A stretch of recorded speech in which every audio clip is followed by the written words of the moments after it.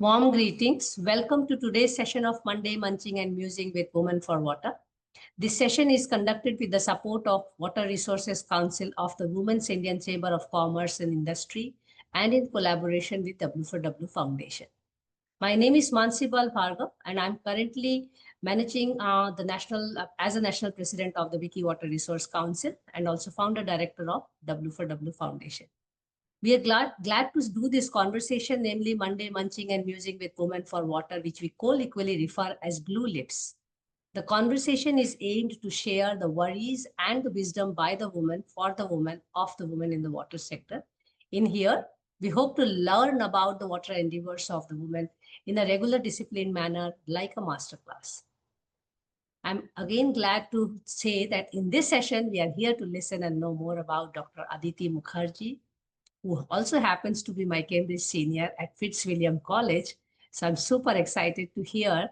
Welcome, Aditi, to the Monday session. We are excited, as well as we are so much eager to hear and learn about your life journey. Before I invite you, a small biography. I know you have a long work experience, but just to put it on record, a brief biography of yours. Dr. Aditi Mukherji is the Director, Climate Change Adaptation and Mitigation Impact Action Platform for CGIAR. Earlier, she was a principal researcher at the International Water Management Institute based out of India. And before, she had led the water and air theme at the International Center for Integrated Mountain Development, Kimod in Nepal. Actually, Aditi is not a new name in the water sector. Let me just put it in simple words. But importantly, her contribution, where I really appreciate her work, is writing in the IPCC documents as a core member, as lead members, and she has played many roles. She specializes in groundwater governance, energy, irrigation nexus, climate change, adaptation, and community management of water resources. She's worked across the country. As a human geographer, by training, she has a PhD from Cambridge University, and she's been widely quoted. As I mentioned, she's not a new name to this sector. But Aditi, today we are going to take a very different way of conversation. Of course, water will be there as a backbone, but we are more keen to know you as Aditi, the girl in the water sector. Because often as women, we are so much engrossed in the work, we often forget, who am I? So in this research, we are trying to understand and learn from you, who am I in terms of Aditi. So if you're ready, I would like to start the conversation with you. And I do recall when I met you first time at Fitzwilliam College and you were working on arsenic, something on PhD. And the place you had chosen is actually my Dida's hometown, which is Chandpada. So maybe that, for me, that was the beginning of knowing Aditi in the water sector. But I would like to know from Aditi, when was that aha moment in your life when you actually got into water sector and also realized that you belong here? Yeah, thank you. Thank you, Mansi, so much for having me today. I'm so excited to talk to you about my journey as a water professional. I think my journey started, now is 2025, almost 25 years ago, actually, way back in 2001, when I first started my first job in Gujarat, in Anand, of all places, within the IMI Tata program. IMI is the International Water Management Institute, and the Ratan Tata had given a grant to IMI, and Professor Tushar Shah, who used to be the director of IRMA, and then he was a principal scientist at IMI. He opened that organization in Anand, and that was my second job. But that's when I think I got into the world of water. And before that, I had trained as a geographer. I had studied in JNU, in IIT, and overall looking at basically use of social sciences in how our natural resources are managed. But my real dive into the water sector was courtesy Professor Tushar Shah, which I know he has inspired generations of water scholars in India. And I count myself as one of those beneficiaries. So that's how it started. And then I think very much influenced by his seminal work on groundwater that got me interested in groundwater. Like you, I also had a partial background. I grew up in a city, but had a partial background with my parents, like my ancestral home being in village. So some kind of background understanding of how agriculture happens, how irrigation happens. Mm. So together with the job that I had, kind of got me into that journey. And once I was there, the world of water is so fascinating. There was no looking back. So that's Yes. like how it started in a pretty normal way. Like that was my first job, and I just fell in love with the sector and with what I was doing. Okay, interesting. So tell me something about where you are flowing currently and what kind of banks of knowledge you are touching upon in today's time. I know you asked a bit, but it will be good to hear from the horse's mouth. Yeah. So I think I still remain pretty much grounded in water, but Mm-hmm. I have since then been working at least from the last 5, 6 years or more from the on the IPCC assessment that you talked about. So a lot of the work that I'm now doing is looking at impacts of climate change on Mm-hmm. livelihoods and also looking at how people in societies adapt to climate change. And in my current role, the one that you said as a director, so I have started, so that ended in June. And from July, I have been with the International Livestock Research Institute based here in Nairobi. So a lot of the work that I have been doing in the past couple of years are around knowledge synthesis and looking at impacts of climate change on agriculture, on production, on productivity, but impacts from also the lens of adaptation. Like we know that climate change is impacting the way farmers do their farming, but how are they adapting? Is that adaptation effective? What more needs to be done to make the adaptation effective? Is adaptation alone enough, or do we also need mitigation at the same time? So I have kind of moved a bit broader from water to the whole agriculture sector and would be also increasingly looking into the livestock in the near future. So that's where I am in that playing field of climate change, impacts and adaptation. You know, first time when I heard you in a conversation at Cambridge, I could really understand that there is something called climate change mitigation and climate change adaptation. Because in my Cambridge MPhil thesis also, I was doing water work. But then I had no clue that these are two different things. As a naive person coming from non-water background, so just to understand from you the way water education happens in India and the way the profession itself is perceived. Mm-hmm. Somewhere, I mean, there is kind of a notion of course, at the engineering side and technical side attached to it, but at the same time, not so much of, I will say, stress upon the very much idea of water to be put as an educational component, as a course. I mean, in the past I have taught at few places a water course, but they are slowly closing. So Mm-hmm. there is already an issue about water education, but the second part of the question is, even if those little education is available, you hardly find women in those education. Mm-hmm. What's your take on this? Because I mean, as far as I understand from you and other people whom I know in the water sector, most of us have actually not had a pure water education, Yeah. but we happen to be getting water educated. What's your Yeah. take on that? I think traditionally water education has been kind of more of a foray of civil engineers and Mm, very so like for you, for me, a lot of our backgrounds are in, mm, say, human geography. A lot of us have moved mm, into the water sector. We have been trained broadly in social sciences. We have been mm. trained Yes. broadly and in rural development, and we have been trained broadly in agricultural issues, but possibly not specifically around water. Mm, And all mm, the water training has been more or less more of an engineering kind of a focus. mm, So which is, I think there's some change. You know a lot more than mm, the water education sector than I do. but I was mm, briefly involved with this water program, water master's program. For example, in Shiv Nadar University, they have a mm, course that's run by Professor mm, mm. Shah, and I believe some of the other universities have also started.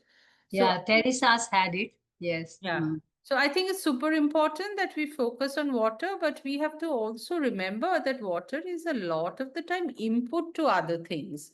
So mm, while the exclusive focus on water is good, but water is a part of the bigger, mm, process. Like in agriculture, water is one of the many inputs. So as mm, much as we want to mm, increase agricultural mm, productivity through, say, assured irrigation, which is super critical.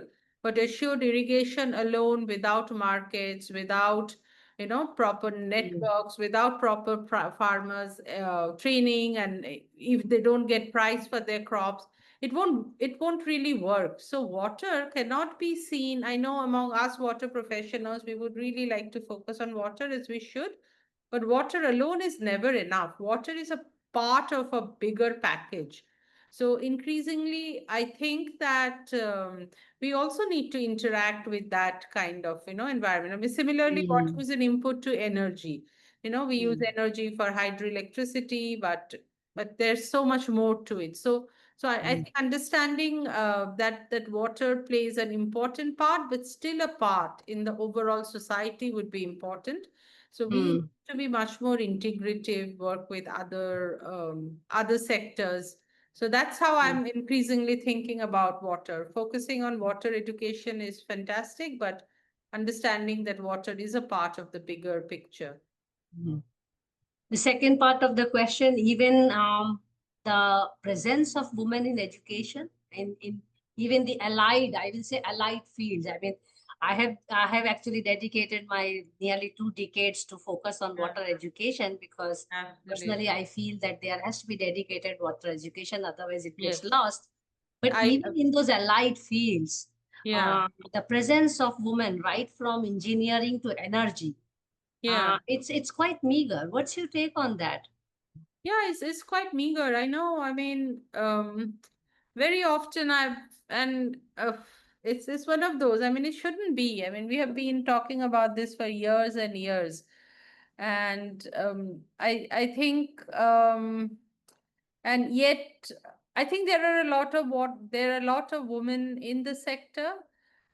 It's just that I don't know how to say it, but and the platform, for example, something like you are providing, Mansi, these Mm, water for this kind of all those regular meetings that you are doing. I know you have something on Wednesdays, something on Fridays. You have actually created a very rich community of water professionals in India. mm, My What I try to think is like there are so many now academics in water. Consider it IITs or European universities everywhere. The faculty has a lot of water professional, women water professional. But yet your name recall, whenever somebody asks me, suggests me something for a web conference speaker or something, I just feel that we still have those biases, and very mm, readily names of male professors or male researchers pops up first, and we have to think a bit more about who those women could be. So we have to kind of, discipline ourselves and think that when we are asked for those suggestions, we have to really do due diligence and look out the women who are in the sector. It's not as if there aren't many. There there could are be, many. yeah, there are many, but there could be many more. But we Mm, also have to provide those kind of platforms where those women come and talk about their journey. And I think I'm just so grateful for those kind of platforms that Mansi you have been providing pretty much like for thank so you. many years. Yeah, Mm. actually, when I got the responsibility of Water Resource Council of the Wiki, Yeah, I was looking through, and you will trust me actually when I say this, that I have more than 100 Manels posters gathered just for my sake of study. yeah, And even if there were women in those posters, you know, those time when we had this lot of online things, yeah, uh, I don't think if I have even 10% woman presence in those posters which I have yeah, gathered, more than yeah, 100. Huh? But Yeah. you also know that the globally the number is 1 in 5 water professional is women, and in India actually even it is less than 1 in 10. So Yeah. yes, you are right that they are there, but it is also important that where are they? Where are they? At And least whether their they are coming education. to the fore, whether we are Yes, inviting them. I mean, I'm yes, shocked even, I mean, let me be a bit blunt and say that in please. India, This for is a candid example, they conversation. are they're still posting proudly these posters of Manils. I mean, come on, Yes, this is 2025. And yeah. you're doing, I recently came across this post. Well, I make sure to troll them every time whenever Me I too. see them Me too. I think I take it as posting. a task. I take it as a task. I take it seriously. I just put a comment, Manil, really 2025, and I leave it at that. But I just saw things like climate change, adaptation consultation, or something on water, and there were no women. And then when Mm, you leave those comments, and those are all your friends, right? Those men, those yes. professionals. So these are all your friends, and they come back to you and say, no, no, no, many women were involved, but none of them could make it to the. Yeah, women were carrying the tray and the bouquet and Yeah, also I mean, appearing. they were like, no, no, no, they were women scientists, but unfortunately, none of them could make it to the meeting that day. I'm like, Mm-hmm. I mean, you have to then think back, why was it that they were not making it to the meeting, you know? Mm-hmm. Well, Yes. so, That is, yeah, that is where my next question is actually coming also. Thanks for prompting it.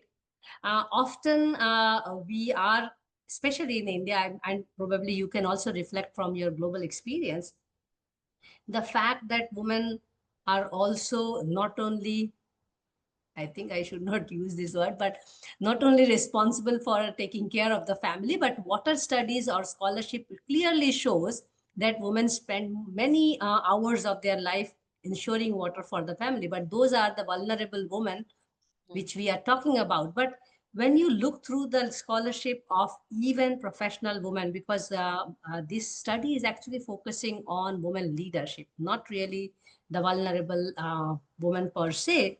And this is also why CV for last 2 years also supported this work which we are doing through Monday, and because we are focusing on women leadership. So I just want to understand from you the fact that there has been a lot of focus on women in water, but from the vulnerable side of it, that there mm, are women who are spending 4 hours, 5 hours.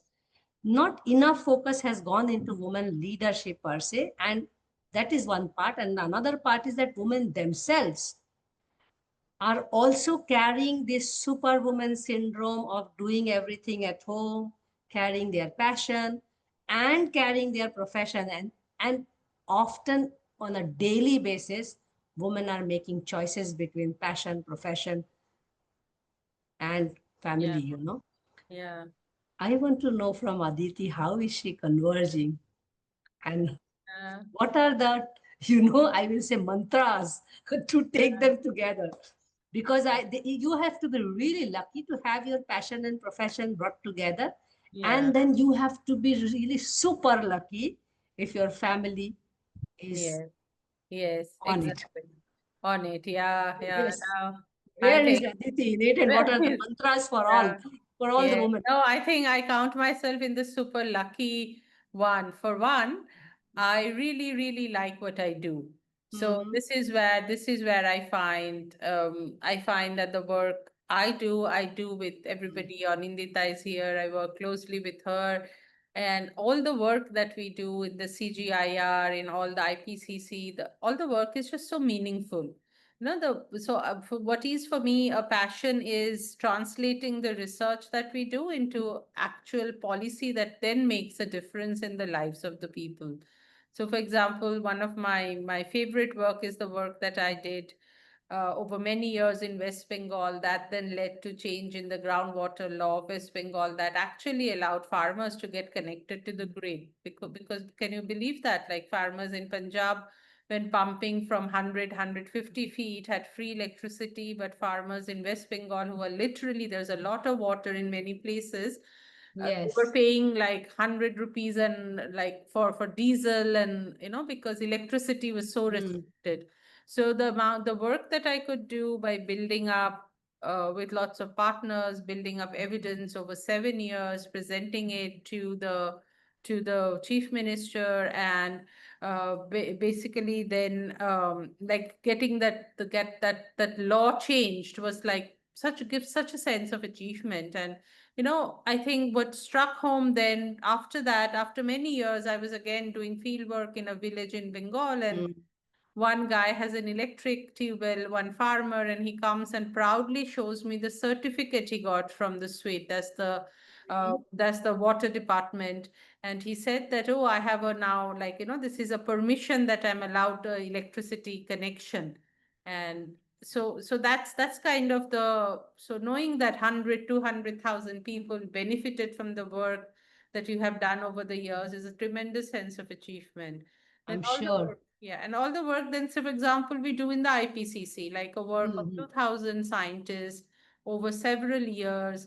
And then when you hear those exact sentences that come up in the summary for policymakers, all of it is approved by the governments, then you hear them in the COP decisions. The Mm. COP decisions say that according to IPCC, such and such, you see your work reflected in that, and you know that Mm. that's affecting policy at the highest level. So that's like a tremendous amount of inspiration. You know that your work is being used for good. So I think I was one of those lucky ones where passion and this, like what I do, kind of became my passion. And then the second lucky bit is an amazingly supportive family. So Mm. always With like, twin little angels also.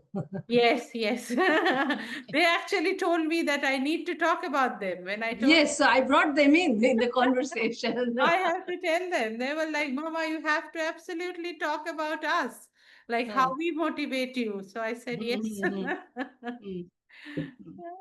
So that's it, I think. So And how much water enthused or inclined the twin angels are? oh yeah, they are. I mean, see, they I have I keep seen me. seeing their paintings and sketches through you. Yes, they are quite like how like they saw me when they were quite little, like they were like 2 years, 3 years. They've been seeing me work on the IPCC report. The pandemic also happened around that time, Mhm, so all the work kind of became online, and mhm, they were in some ways they were part of the meetings, because all these meetings would happen like we are talking mhm, right now. On a speaker, they would be in and around. So like from a very early age, maybe 3, 4 years, they would be writing something on their notebook, like scribbling. And when I asked them, what is it you are writing? They would say very seriously, we are writing the IPCC report. Oh my And so I think, and then things like they would say funny things if anybody wastes food. They would say, they would like one sister telling the other, Mama, she's a global warmer, she's wasting food. So, So they so are these already picking up the vocabulary. yes, yes, yes. Or somebody would leave the room without switching off the fan. The other sister would be, Mama, she didn't switch off the fan. She's a global warmer. So I think that that climate bit, the bit that Mhm, you have to be careful about how you use a resource, has seeped in quite early in.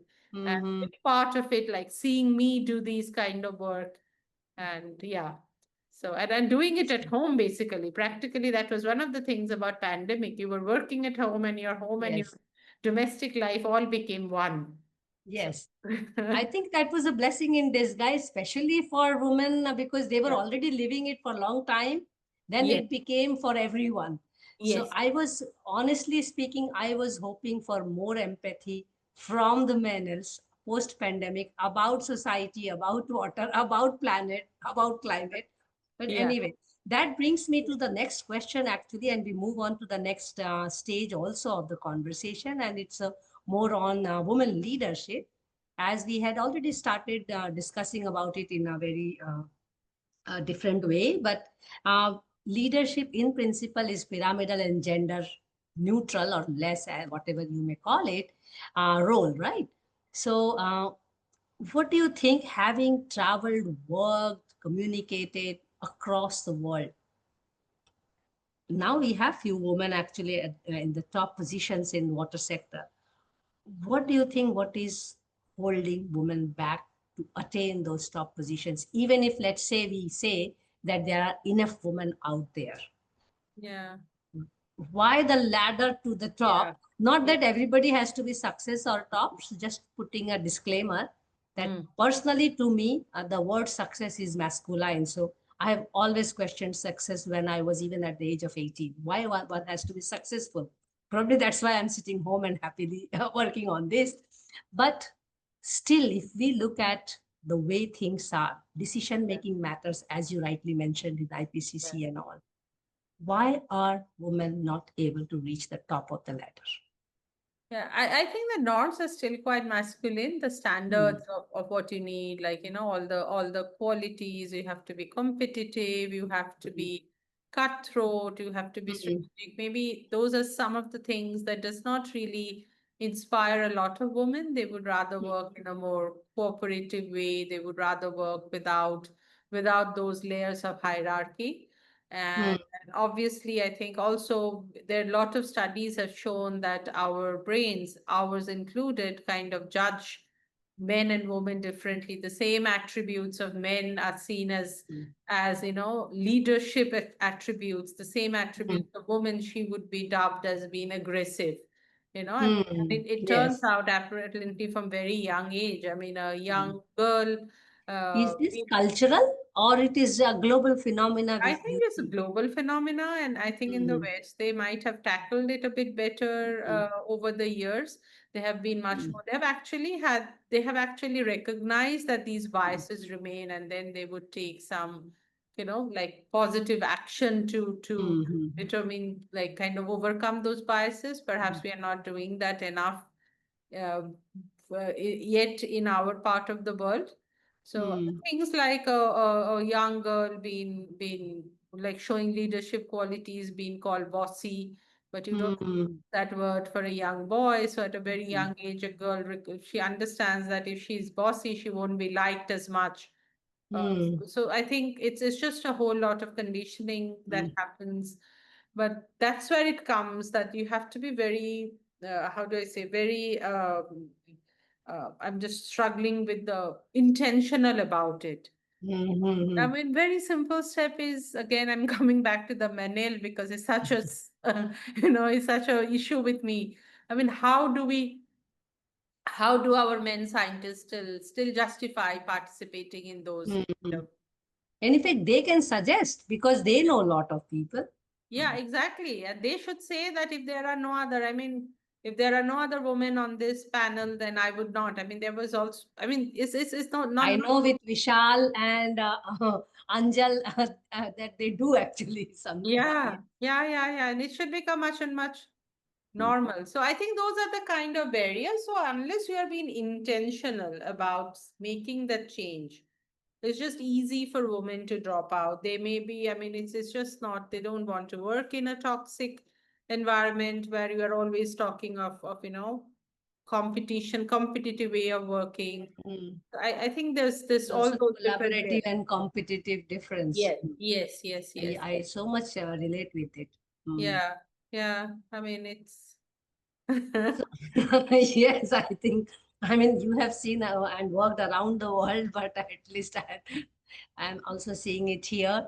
That brings me to a very simple question about leadership, which I had already started saying that it's a gender neutral, genderless role. Yet we have a mindset, and it includes women as well, that we really see a leader more in a masculine way. And even for that matter, when a man is heading an organization or is a leader in front of you, there is more acceptance than a woman, you know. yeah. I wish to understand from you, keeping aside the gender part of the leadership, what according to you makes a good leader? What attributes? Maybe some of those attributes or characteristics of the person are inherent to the person, Mm-hmm. and there are some things which one can be nurtured, mentored. Mm. So your experience and views on that. Yeah. I mean, the kind of leaders that I have actually learned a lot from are the ones, Mhm. men, women, irrespective, Yes. are the ones with like who can inspire you, who can Mm. provide you a vision that it seems that the work you are doing is worth doing it. Mm. Because I mean, in our kind of sector, in research, it's not a Mm. 9 to 5 job, right? I mean, Yes. it needs to be, It's 24/7 or it's not there. yeah, exactly. So you need to be inspired by Mm, something that's bigger than, just bigger than mm, publishing a paper, mm, bigger than finishing a project. mm, So I mm, think that vision, that inspiration is for me the top calling mm, of a leader, and the one mm, who can provide that would be. And the other thing is that for being a leader, I mean, it's always good if you have a formal position, you are called this and that, like a mm, director or mm, this, but leadership at the end of it is not really about formal positions per se. mm, You may not have a formal title, but you can lead through example, you can lead through inspiration. So for me, that is very important. The mm, other one, especially in our sector, again, mm. development sector, we are really working with those who are most vulnerable. There are like real Yes. development deficits. So I Mm, think in our sector, the other characteristic that I've also appreciated a lot in the people I have admired is empathy. mm, So understanding that there is a particular reason why a farmer, he or mm, she chooses to do things in a certain way. So coming mm, out of that uh, mindset that if only they knew better, if only I could teach them better, if only I could do more mm, capacity development, my solutions would be mm, taken up. That's not the mm, point. So the point is to have that empathy and the deep mm, understanding of why, for example, I work with farmer, you work with farmers. mm, I mean, why are they mm, doing what they are doing? What are the constraints they're facing? mm, So putting yourself in their shoes. So I think those are the like vision, then empathy. And then the third thing over the years, I have just also realized something that the leaders I have admired are also quite nimble. They are also able to kind of, mm, navigate different spaces. And like if they get setbacks, they don't get overly mm, mm, disappointed. So while having deep passion, the downside of it is you get too attached to mm. things. But at Yes. certain level, that's good to a certain extent. But if a setback happens, it also means that there's like, if you're too attached to something. So that Mm, ability to disattach yourself and have a more rational mm, point of view and know that not every endeavor succeeds and that every failure is a stepping stone for another success. I mean, those mm, kind of sounds like cliches, but I have found those quite important. That resilience, I think, using a climate term, I would say that the third characteristic would be resilience. The mm. ability to Resilience, face, yes. yes, ability to face failure and then to rebound from it would be an important. So I'll leave it at that three, like the ability to Mm, inspire, that is having a vision, mm, the ability to have empathy so that the work you are doing is really grounded. And the third mm. is the ability to bounce back, to be resilient. And those are, Anything that can be trained or mentored out of these? I think so. Mm, I think mm, so. I mean, certainly, I mean, all of these can be taught. I mm, mean, none of us, but mm, like for me, a lot of the learning has happened by seeing the people mm, I admire. How are they? How are they overcoming odds? How are they? And mm, talking to them.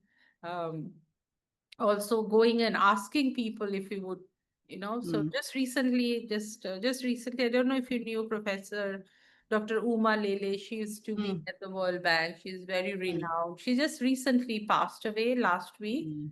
And I just looking back realized that she was a mentor. I mean, Mm. worked in the World Bank in the 80s and the 90s. At a time there were no other women, no other Yes. woman of color, no other woman of Indian heritage. And she was leading projects in Brazil, in China. And even though she did not formally mentor me, but over the years, she just shared a whole lot of experience of navigating difficult Mm. spaces, and you learn a lot. And that's the same for all Absolutely. the young people out there that we interact with. They look at us, they look at our experiences, and they learn in the process. I Mm-hmm. think, yeah. Interesting. You Yeah. remind me of Elinor Ostrom and working with her. The Exactly. great experience, with Yeah. being in their aura itself is so much to learn, and especially having moments of contestation, conversation for that matter. Yeah, Oh, exactly. definitely I mentors owe make a a whole huge lot difference. of gratitude to Mm, say somebody mm. like Tushar Shah. I mean, he has just literally Yes, trained a whole generation of us. indeed. Yeah. Sir came for Friday Waters book reading session, and that session is really for us super session. It was Yes, a great yes, yes. session for us. Which Let me book move was it? on to the Anarchy, Taming the Anarchy. Did you read that? yes, Taming the Anarchy. Yes, Yes, yes. and it was a great session. Let Yeah. me move to the next round of questions, and it's a very simple question on the role of associations and platforms and networks. I mean, and especially the questions are around for women professionals to find a position. And then we are, of course, talking about rising the ladder of success, if there is any, especially in terms of position. So in this conversation, I'm putting success in that position, because that's what is counted eventually when when the head count is happening. But of course, mentors are there.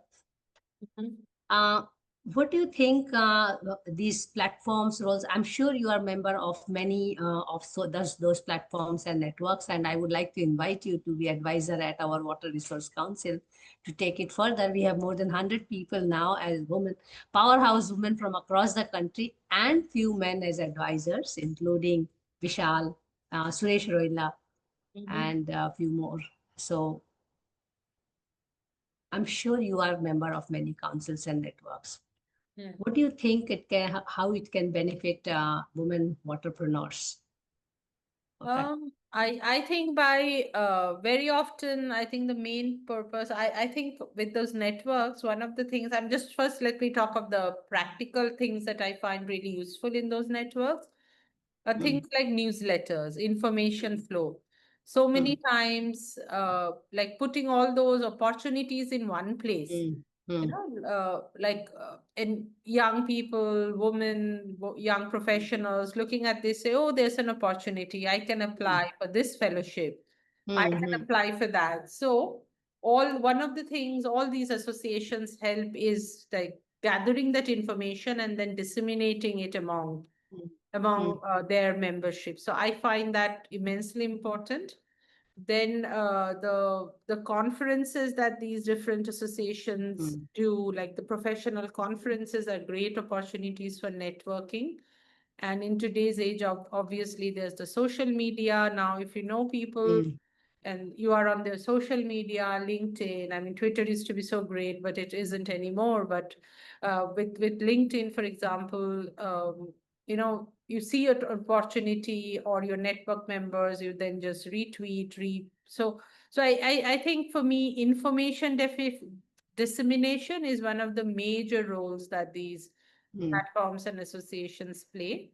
The other is kind of the moral support. You meet each other, you know each other's story, and mm, you refer them to something that opens up. So those are the kind of ways, and things like these men have had it for, I don't know, hundreds of years, right? mm. Like in the formal It's employment. also mass, that is visible. Yeah. So Yeah. you know somebody, you refer to them, but for us, it's a bit more recent, right? So Mm, and I think it's absolutely critically important that women researchers, and I'm mm, always, I know you are way more than researcher. You are also entrepreneur. You are an educator. But my own journey has been largely on the part of research, with a mm, foray into the policy influence. So, talking mm. of my experience, I think supporting other women professionals Yes. is super important.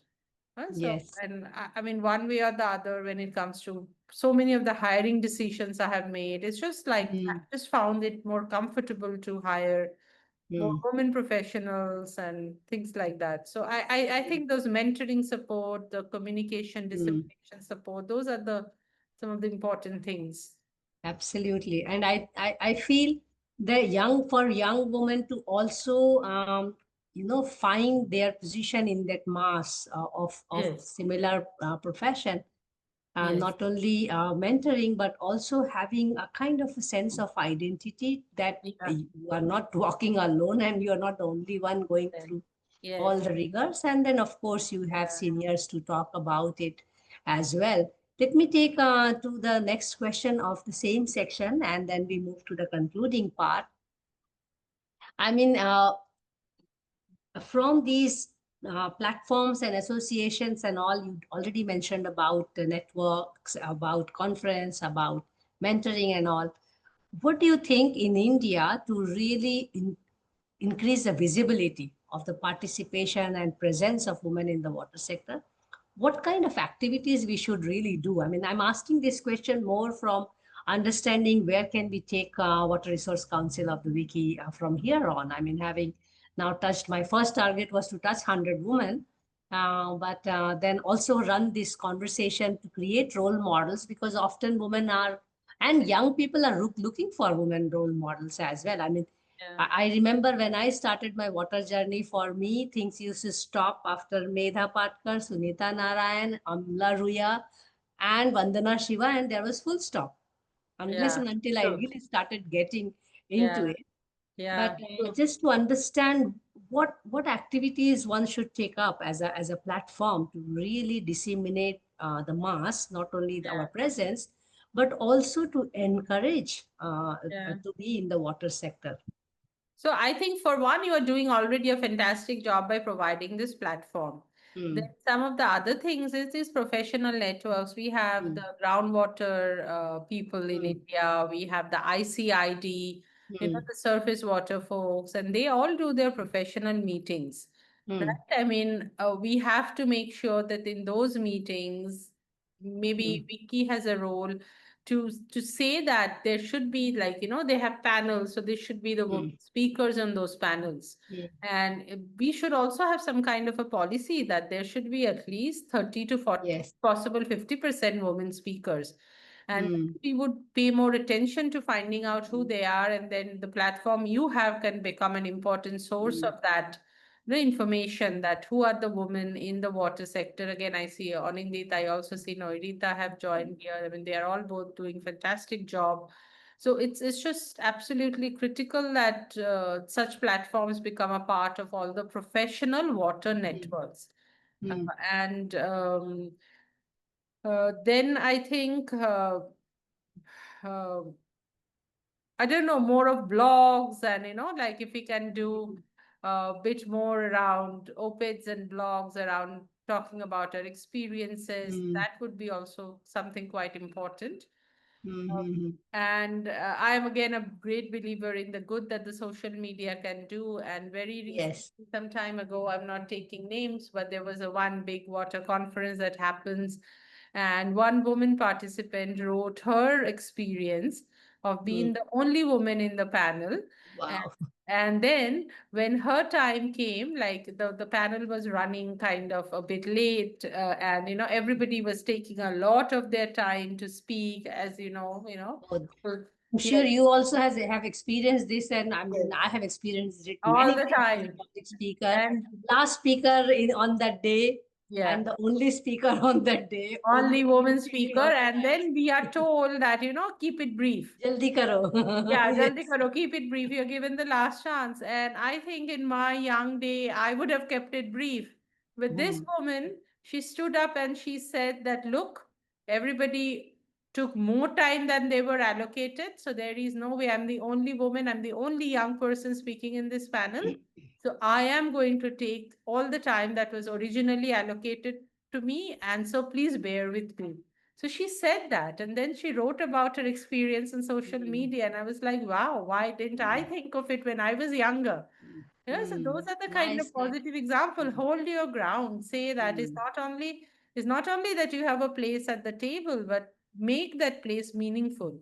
And I just mm, find that our younger women are becoming just so much more sensible, I think, so much more bold mm. than I was at that age. I was at that time perhaps only thankful to be at the table. And even if Yes. I got 2 minutes. Initially, yes. Yes, so that's changing, and we should keep Mm, clapping that. I mean, we should keep applauding mm, the change and mm, encourage the change, right? mm. So, and Interesting. also, yeah, and also some of the great experience, like women who have come before us. Like there was this Mm. another interesting. I was on a board of an NGO, and another very senior woman. She told me that there would be those meetings, and then whenever it was a question of tea, everybody would look at her, and then she just one Wow. time she said, "Oh yeah, tea." Then she went out. The tea room was next room. She went and she made herself a cup of tea, came back to the meeting, and then she said, "Oh yeah, all the tea things are there. Go make yourself a cup." So I just thought that was wonderful. Do not feel pressure that you have to go make the tea and bring it. You don't. I mean, you just have to show that you can make it too. And she said Hmm. that all the men then went up and got their own tea. Right? So Hmm. those are the kind, I mean, just talk to people and learn of all those kind of experience. I mean, we always Hmm. talk professionally, but also talk of those life experiences. Hmm. Share them and share them boldly. I mean, there's no Hmm. shame in claiming your space, right? Interesting. Yeah, you remind me of my own experience in More Raipur, high profile conference, full day, 28 speakers, including Chief Minister, and I'm Uh-huh. the last speaker. And of course, it's 5 o'clock already, Uh, and everybody is in a rush. And there was dinner, by the way. uh, So I had to really stand up and say that no, I will speak my 10 minutes. You yeah. you are free to leave the room, but I'm going to speak my whole 10 minutes, whatever is Well allotted. done. Well done. Yes, So we exactly. have to do, but now you remind me that these things also needs to be disseminated because Yes. it just stayed in that room, Yeah. you Yeah. know, Yeah. Yeah. Right so about that that in on the future social more media. women are really taking this step that it is Yeah. possible to take. Yeah. And interestingly, no one left the room because the way Yeah. I said it, you know, Yeah. Yeah. that I Yeah. have been listening to 27 men since Yeah. morning, having Yeah. flown from Ahmedabad to Raipur today morning. And Yeah. now I am told to be short. I mean, I'm not going to be short. And it's 10 Exactly. minutes. Well So done. it's Well very done, you. interesting. Yeah. And in fact, 2 3 years ago, this is a Wiki WRC story which I also wish to share with you. Yes. In at IRMA there was a conference on asset management, and Uh-huh. I was so intrigued by the conference with very interesting Uh, themes, sub themes. I uh-huh. wrote to the conference organizers, and it was full of men, not a single woman in that conference. Yeah. So I wrote Wow. to the conference organizers that woman is the most important asset in asset management, and it was NRG, Natural Resource Governance. And it was way late than the deadline dates, and conference was just round the corner, just I think 2 months before. But I just came to know we actually barged into the conference with full panel with 5 women from the Water Resource Council of Wiki. We had full presentation, and it was so much appreciated by Exactly. everyone in the conference. So, I mean, the Yes. only few of us went there physically, and rest were online. So it is Yeah. also, I think, that the fact is that patriarchy is so naturalized amongst men and women Yeah. that if we really make a note of it, make a Yeah. sound about it, I think it Yeah. is heard. I mean, that's my experience as well. Yes. Yes. Yes. Sometimes it backfires, but sometimes it works. So Yes. I Exactly. think it was a Exactly. very good experience and very well taken by people. I mean, and we Yeah. had range from AI to women leadership. I presented women leadership, but then our women presented from water technology to AI to social aspect, and it was wonderfully received Yeah. panel. So Yeah, I I think think you we you have to there should work be on it. really a role for those professional water meetings. We Hmm. have to make sure that there is a equitable Hmm. distribution of speakers. Huh? I mean, We that's have to make them realize also. That is yeah, the thing. I mean, yeah, I also realize how will people know that we have a mass of 100 yeah, powerhouse water professionals in the yeah, country, yeah, unless and exactly. until we go out and tell. And Yeah, that's yeah, why yeah. I was asking this question: how do we really tell Yes, that how do we really we tell? exist as a mass, you know? Yeah, I mean, yeah, if you're short of women yeah. speakers or women experts, it's not about Right. conference speaking. Yeah, Even yeah, for exports, for consultancy, if you yeah. cannot find women, just let us know. But then how will they know that we are there? Let us know. You know, something very similar happened after the IPCC. Like there was Hmm. a realization that most of the interviews were being done by scientists from the developed countries. Mm-hmm. Wow. And Hmm. while there were like almost equal number of scientists from developing countries also involved in the report. Mm-hmm. So that kind of led to Carbon Brief, which I Hmm. hope you follow them. They do this really Yes. good journalism, like really good Hmm. Hmm. journalism around climate change. So Carbon Yes. Brief and I think Reuters and Oxford, they Hmm. together came out and did this roster of climate professionals from developing countries. Yes. Yes. That roster is widely disseminated among Hmm. journalists, and that actually made a difference. Like more and more journalists are reaching out to Hmm. the developing country scientists for Hmm. their views on various climate Hmm. related issues.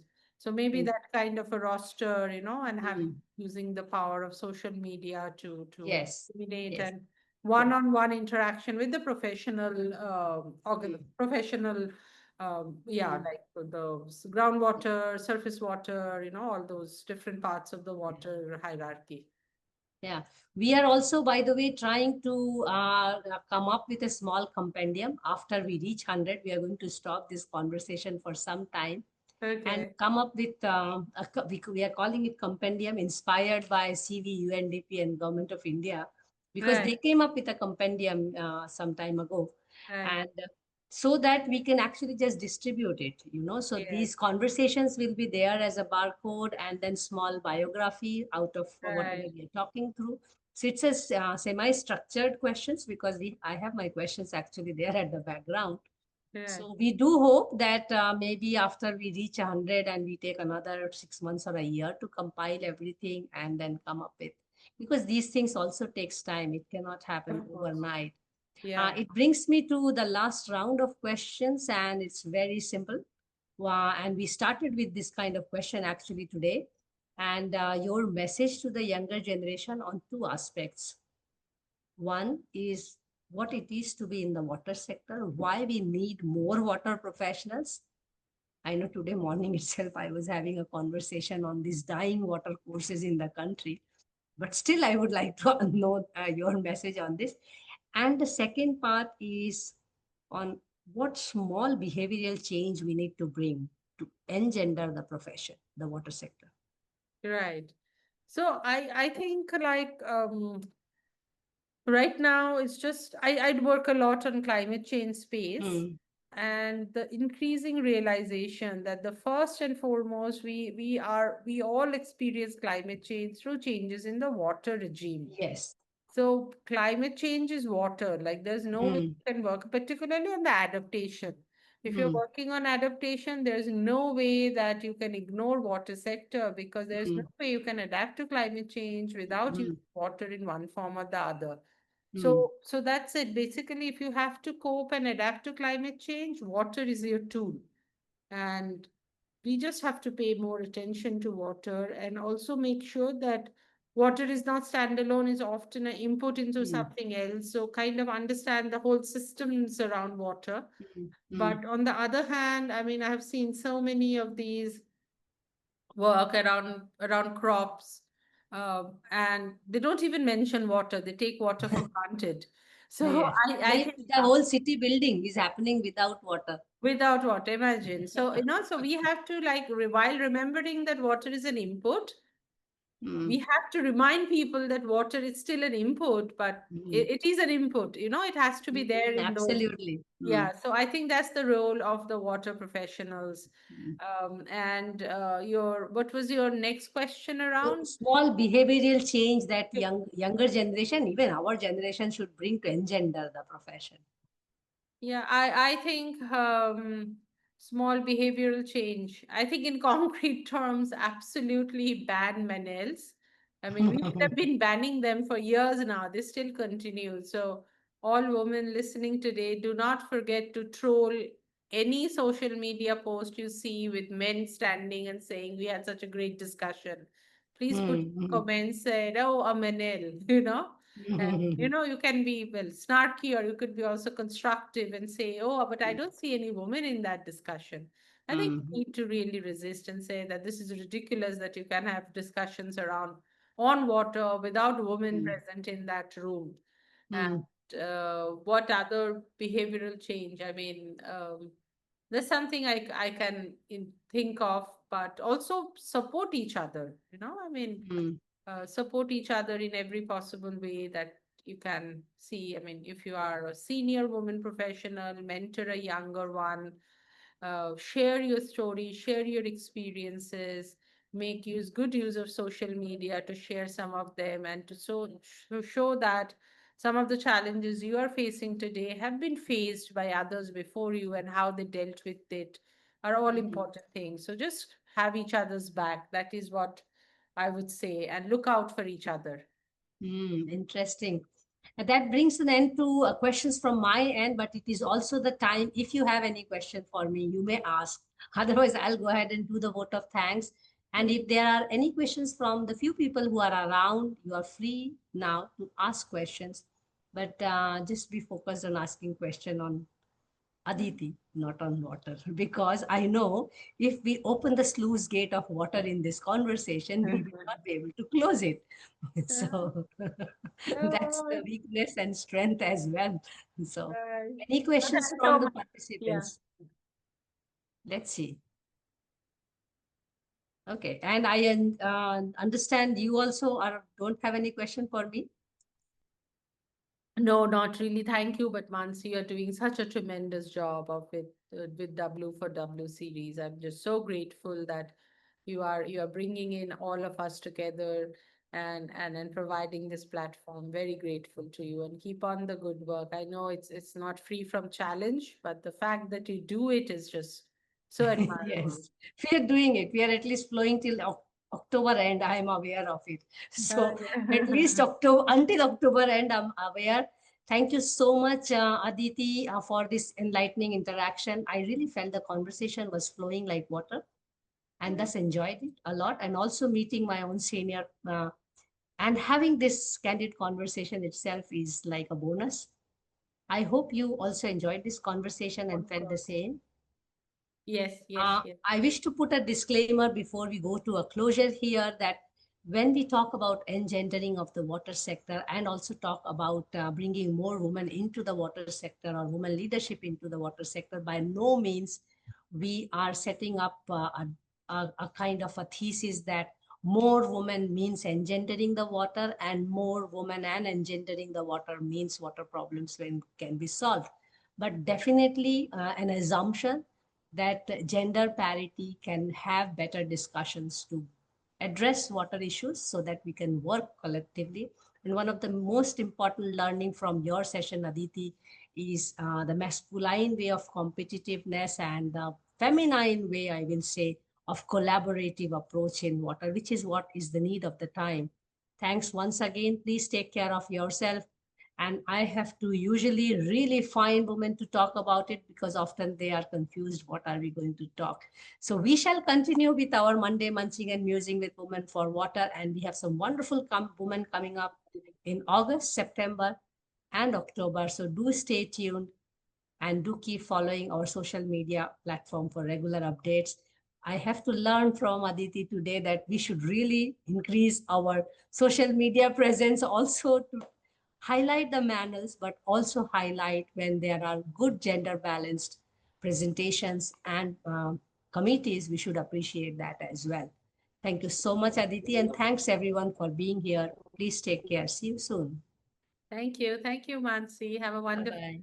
Thanks, everyone. Bye.